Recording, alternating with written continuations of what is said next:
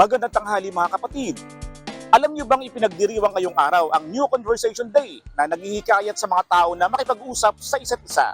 Yan ay para i-communicate ang iyong mga pangangailangan o gumawa ng bagong pagkakaibigan o koneksyon.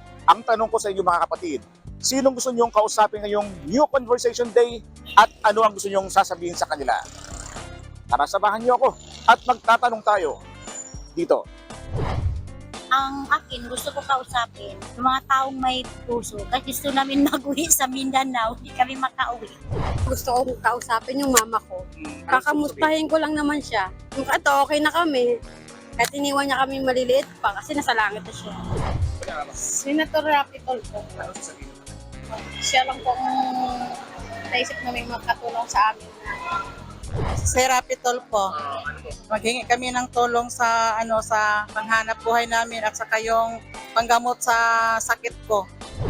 Gusto kong kausapin is yung mother and father ko kasi sinuportahan pa rin nila ako kahit anong mangyari sa akin and hindi nila ako pinabayaan.